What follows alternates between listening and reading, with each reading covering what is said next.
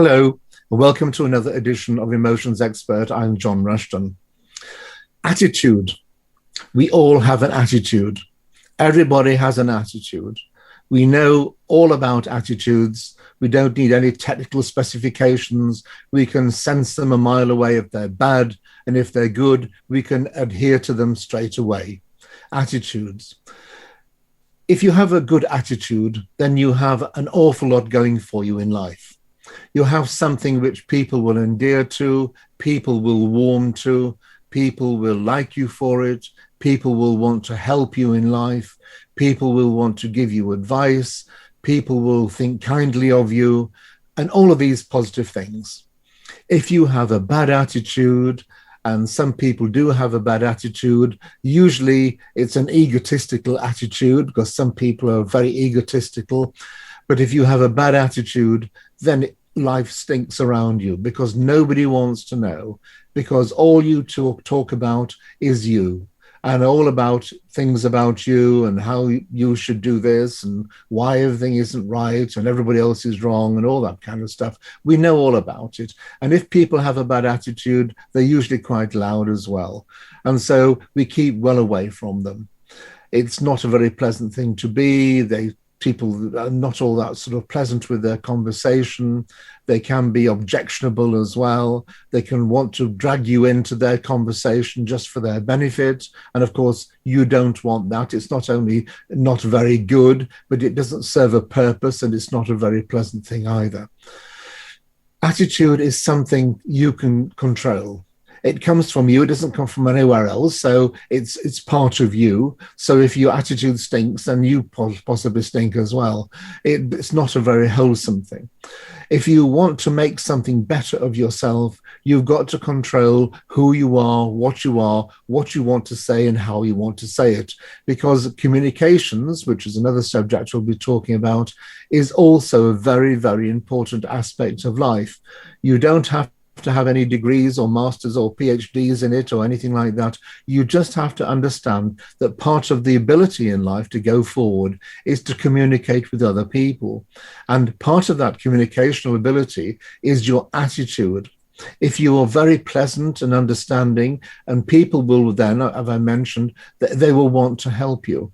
But if you're blunt and curt and cold and insincere and rude, then people will not want to help you. I mean, why should they? What is in it for them? It's not that people want something in return in a physical sense. It's the fact that they will need something from you as part of your character, what you need in yourself. And so that is very, very important. If you are on somebody else's wavelength or they're on your wavelength, just for those few moments you're communicating with them, it makes a world of difference. People can empathize and synergize with you. They can actually feel that there's some value in what you're saying and what you want to do. They will understand your plight better. It's if you're asking someone directions, and you say, excuse me, could you tell me where is this, or do you know where this road is? If you went, oi, what's all this about, and you're shouting at them, they possibly wouldn't sort of communicate in such a fashion, because it's not very pleasant, even if they're shouting from a distance just to attract your attention. They like to know that that person is relatively safe as well. And your attitude denotes all this. Your attitude actually tells people about you in a very short and succinct way.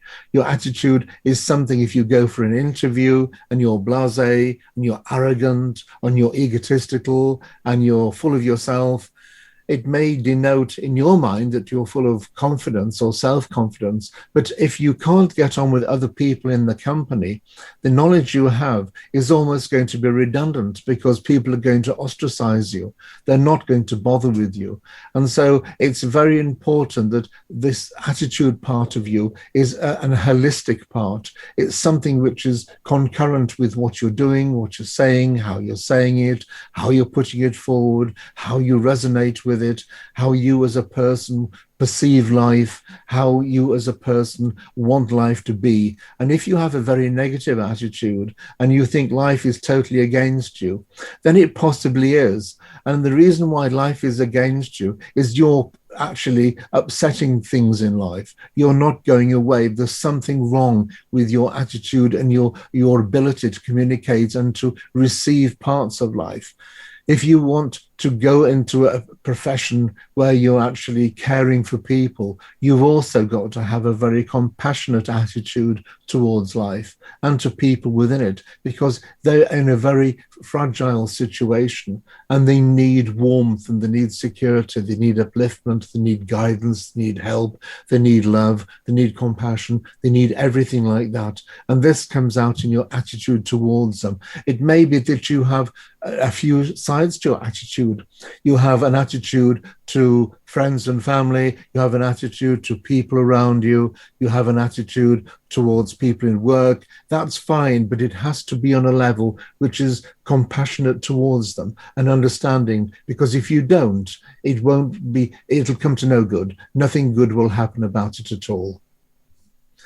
You've got to be the person that needs to understand life, because when you understand life and your version of it and where you want to go, you will then actually be one with life. And that's all about your good attitude.